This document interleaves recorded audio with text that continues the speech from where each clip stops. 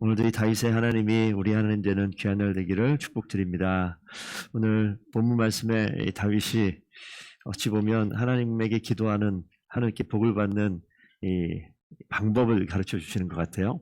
그래서 오늘 읽은 본문 말씀 앞에 부분은 다윗의 고백을 듣고 나단 선지자를 통해서 하나님께서 다윗이 앞으로 누리게 될 일들을 마치 예언하듯이 쭉 예언하고 있는 말씀이 나타나고, 오늘 읽지 않았던 18절부터 마지막 절까지는 그 나단 선지자의 말을 듣고 다윗이 하나님께 기도하는 그런 내용으로 구성이 되어져 있습니다.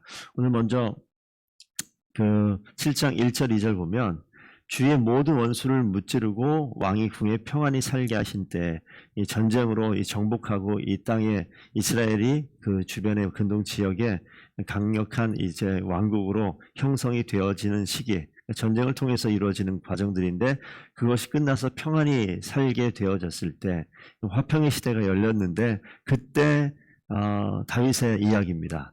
나단에게 이야기하시죠.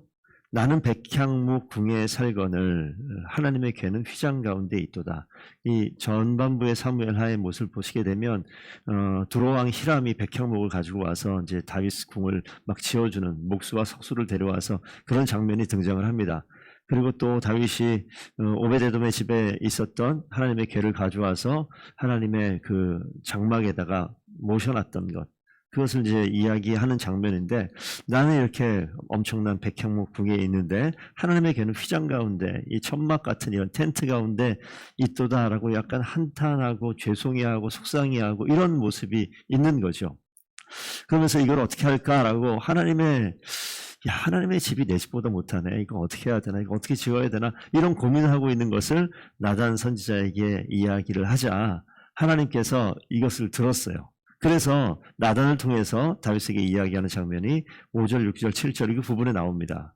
그러면서 이 내용을 정리로 읽었지만 보면, 지금까지 12지파 어떤 민족 어떤 지파도 내가 여호와의 이름이라고 얘기하는 하나님의 궤, 법궤가 계속 출애굽 과정 가운데 이게 같이 움직이면서 성막에도 있고 뭐 장막에도 있고 이런 장면이라고 나오는데, 그런 상황 속에서 내가 이 장막에 있다고 불평하고 뭐 백향목 집을 만들어 달라고 아무 말도 안 했는데, 나의 집에 대해서 이거를 안타까워 여기면서 이 집을 짓겠다고 얘기하는 사람은 다윗밖에 없다라는 거예요. 하나님이 그렇게 말씀하십니다. 그래서 아니 너 진짜 너가 그렇게 나를 그렇게 생각하느냐라는 이 장면이 등장을 해요. 오늘 좀 이걸 기억을 해야 됩니다. 우리가 많은 부분 하나님은 전능하시고 위대하시고 무소부지하시고 뭐 전지전능하시고 다 이해하고 생사화복을 주관하시고 우리보다 크신 하나님, 뭐 모든 것이 필요 없는 것처럼 우리가, 사실 필요가 없으시겠죠. 그래서 하나님 앞에 우리가 서 있으면 하나님께서 우리를 향해서 베풀어 주셔야 될 일들의 많은 부분을 할애해요. 기도의 내용을 봐도 하나님의 이름을 높이 올리고 하나님을 위해서 내가 어찌할까, 이런 내용보다 내가 필요한 것이 이것이 있고 내 어려움이 이런 상황에 있고 그러니 하나님께서 나를 도우셔서 나를 평안하게 하고 평탄하게 하고 뭐 이런 내용들의 기도가, 그러니까 나를 위한 기도가 하나님을 위한 기도보다 훨씬 더 많은. 그리고 오늘 성경을 보니까 이스라엘을 하나님께서 선택하셔서 출애굽해서 이 과정까지 오는 동안에 이스라엘의 어떤 지파 어떤 사람도 하나님을 위해서 기도하는, 나를 위해서 기도하는 것을 들어본 적이 없다라는 거죠. 특별히 내가 거하는 이 성막, 상징적이긴 하지만 그것을 위해서 걱정을 하고 그것을 생각하는 사람이 아무도 없었는데 드디어 한 명 나타난 거예요. 다윗입니다, 다윗. 그래서 이 모습을 보시게 되면 우리가 예수님께서 가르쳐 주신 주기도문을 봐도 그 앞에 내용이 하늘에 계신 우리 아버지 이름이 거룩히 여김을 받으시오며 나의 힘 없이며 뜻이 하늘에서 이루어질 것 같이 땅에서도 이루어지다. 이 전반부는 기도가 뭐냐면 하나님을 향해서 초점을 맞춰서 그분을 바라보며 기도하는 내용이고, 그 이후에 오늘날 우리에게 일용할 양식을 하면서 그 뒤에는 우리의 필요를 하나님께 아뢰는 그 내용이 이렇게 구성이 되어 있단 말이죠. 그러니까 그 내용만 봐도 하나님께서 우리의 기도를 가르쳐 주실 때 하나님을 향해서 먼저 우리의 마음의 중심을 하나님을 향해서 보게끔 만드는데, 이 다윗의 모습 속에서 그 모습이 나타납니다. 하나님의 자리가 어떠한지를 살펴요. 하나님의 상황이 어떠한지를 살피는 것처럼 보이지 않습니까? 그 반응이 하나님께서 뭐라고 말씀하시냐, 8절부터 나오는데 그러므로 이렇게 나오잖아요.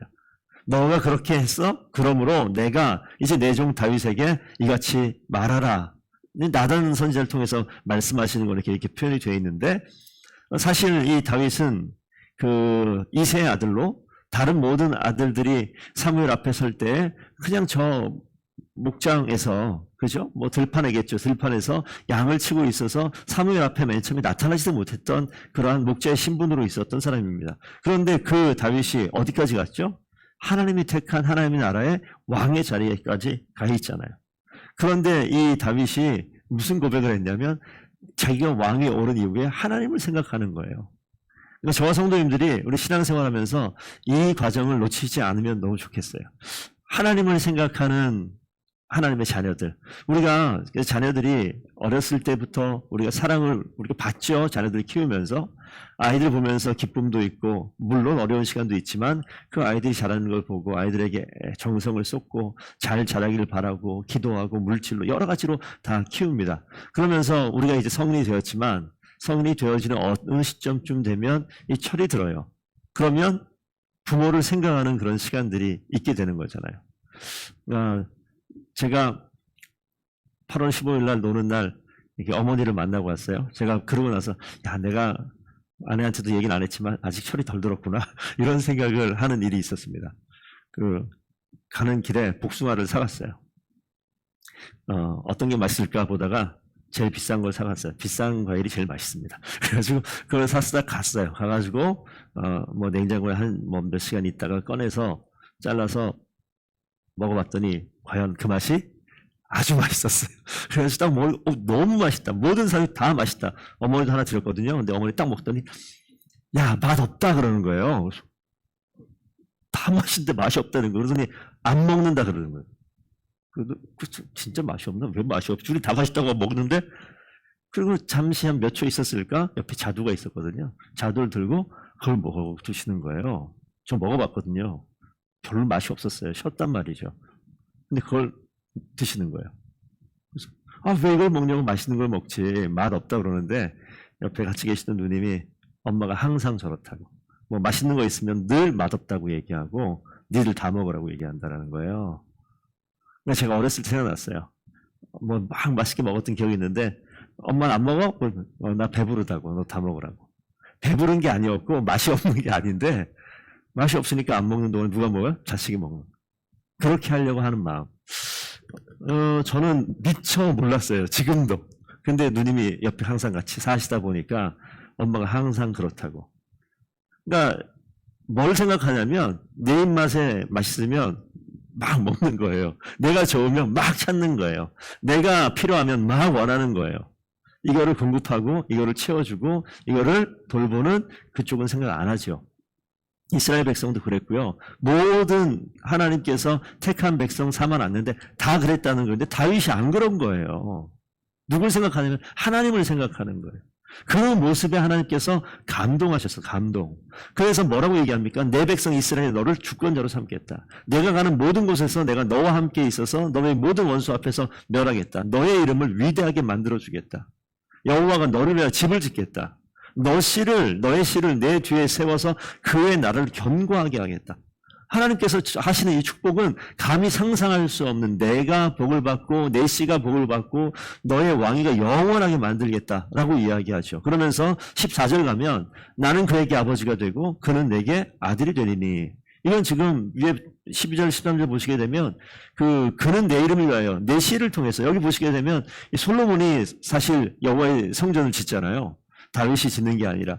그래서 솔로몬이 짓는 그 이름을 이야기할 때 이미 다윗을 건너뛰어서 다윗의 다음 세대로 넘어가는데 하나님께서 그에게 아버지가 되겠다. 너뿐만이 아니라 너의 자손에게 아버지가 되고 내게 그들은 아들이 되겠다라고 이야기하죠. 그래서 진짜 아버지가 아들을 키우듯 범죄하면 사랑이 매어 인생의 채찍으로 징계하는데 대조하여서 설명하는 것이 뭐냐면 사울에게 한 것처럼 하진 않겠다라고 얘기해요.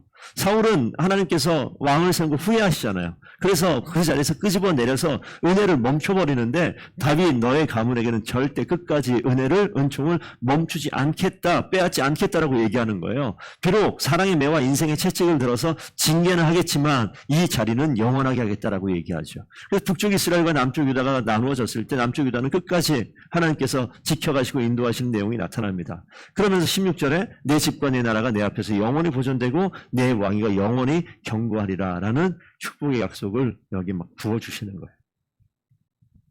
이 은혜를 받는 이 처음 시작이 뭐냐면 하나님을 생각하는 마음에서 시작됐어요.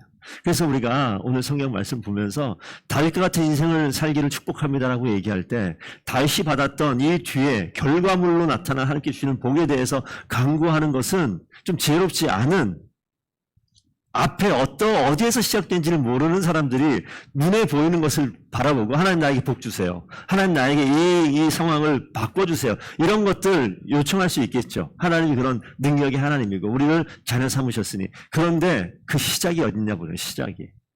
시작이 나는 백향목 궁에 살거늘 하나님의 궤는 휘장 가운데 있도다. 하나님을 생각하는 다윗의 마음으로 인해서 이 엄청난 하나님의 축복의 약속들이 오늘 성경에 기록되어져 있습니다.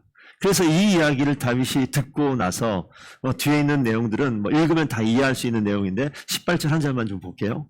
다윗 왕이 여호와 앞에 들어가 앉아서 이르되, 이게 들어가서 앉아서 이게 뭡니까? 여호와 앞이라고 얘기하는 것은 하나님의 휘장 가운데 들어갔겠죠. 하나님의 이름을, 여호와의 이름을 나타내는 하나님의 궤 앞에 가서 하나님 앞에 이 기도하는 장면이죠. 무릎 꿇어서 앉아있다라는 게 그냥 하나님과 함께 지금 거하고 있는 장면이에요. 그러면서 주 여호와여, 내가 누구이며 내 집은 무엇이기에 나를 여기까지 이르게 하셨나이까. 저는 이 한 줄을 읽으면서 이 안에 다 들어가 있다. 대체 내가 누구길래 나를 이 자리까지 이르게 하고 이 엄청난 축복을 나로 하여금 듣게 하십니까? 이 내용이 이 가운데 다 들어있어요. 그러면서 그 자리에 머물면서 그 밑에 기도의 내용들, 하나님이 약속하신 것에 대한 마음의 반응과 하나님 주신 약속을 절대 놓치고 싶지 않아서 하나님 반드시 이 축복의 약속을 나와 내 가문과 하나님 약속하신 영원한 그 축복이 내 가운데 있게 하옵소서라고 하는 내용이 쭉 밑에 있는 그런 내용입니다. 그래서 한두 절만 읽어보면 24절, 주께서 주의 백성 이스라엘을 세우사 영원히 주의 백성으로 삼으셨사오니 여호와여, 주께서 그들의 하나님이 되셨나이다. 주의 종과 주의 종의 집에 대하여 말씀하신 것을 영원히 세우셨사오니 말씀하신 대로 행하사 만군의 여호와는 이스라엘의 하나님이라 하게 하옵시며 주의 종 다윗의 집이 주 앞에서 견고하게 하옵소서. 마지막 29절 가게 되면 이제 청하건대 종의 집에 복을 주사 주 앞에 영원히 있게 하옵소서. 주 여호와께서 말씀하셨사오니 주의 종의 집이 영원히 복을 받게 하옵소서 하니라. 이 자리에 앉아서 기도하면서 이 하나님의 약속을 보면서 감격에 막 눈물을 흘리고 이 자리에서 그냥 그래 기도한 이 장면인 것 같아요. 우리 권사님 집사님 가정에 이런 축복의 놀라운 은혜가 하나님의 약속의 말씀으로 우리 대를 뛰어넘어서 우리 자녀와 그 다음 이어지는 우리의 이 가문 가운데 이런 복을 누리시는 귀한 믿음의 가정 되기를 축복드립니다. 하나님께서 이런 역사를 부어주신 그 하나님을 생각하는 다윗의 심정으로 인해서 이 놀라운 은혜가 있어요. 골방에 들어가시는 그때마다 하나님께서 이렇게 늘 만나주시고 하나님과 함께 하시는 놀라운 역사를 경험하게 되기를 원합니다. 이 주의 말씀을 알기에 말씀이 육신이 되어 우리 가운데 거하신 예수 그리스도, 이렇게 연결이 되는 거예요. 그 말씀이 육신이 되어 우리 가운데 계신 그리스도, 영생은 유일하신 참 하나님과 그가 보내신 자를 예수 그리스도를 아는 것이라고 이야기하잖아요. 그 요한복음의 말씀을 우리가 또 기억할 수밖에 없어요. 그래서 우리가 영원히 누리는 영생을 예수 그리스도를 통해서 이루어지는, 그래서 하나님께서 이 약속의 말씀을 온전히 믿는 모든 자들에게 주시기 위해서 하나님 그분이 직접 이 땅에 오셔서 이 약속의 말씀에 거하게 하기 위해서 우리로 하여금 이 말씀을 주셨을 뿐만 아니라 예수 그리스도가 그 문을 여셔서 우리로 하여금 이 땅 가운데 하나님의 백성으로 살 수 있게 하시죠. 그래서 우리가 주의 이름을 부르고 주의 이름을 따르고 주의 이름을 부를 때마다 우리 가문에게 하나님께서 놀라운 영생의 약속을 축복하시고 놀라운 복을 축복하시는 놀라운 은혜가 있는 것입니다. 오늘 하루도 다윗과 같은 인생을 우리가 늘 살기를 원하는데 항상 오늘 핵심은 그거예요. 하나님을 기억하는 자.